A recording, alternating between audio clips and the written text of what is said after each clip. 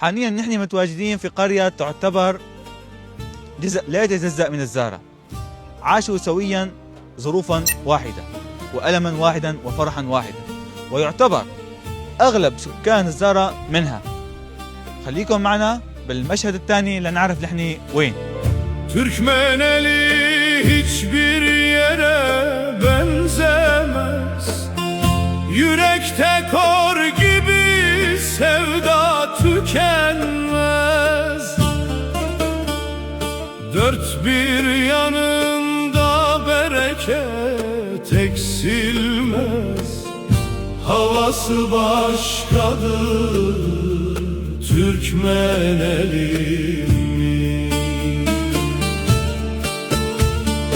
Türkmendir tarihe adını yazan, mazlumun yanında zalimi bozan, üstümüze çöksün kara duman,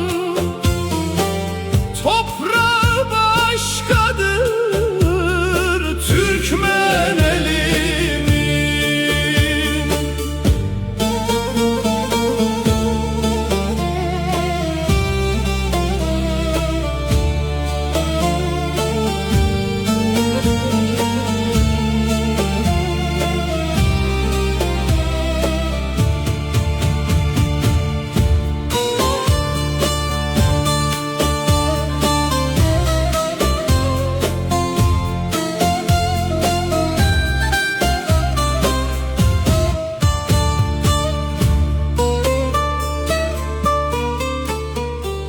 Türkmenim mert yaşarım ben böyle.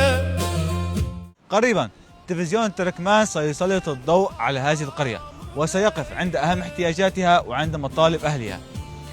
لتلفزيون تركمان محمد عواد، الحصرجية. Soran olursa söyle, Türkmeni başkadır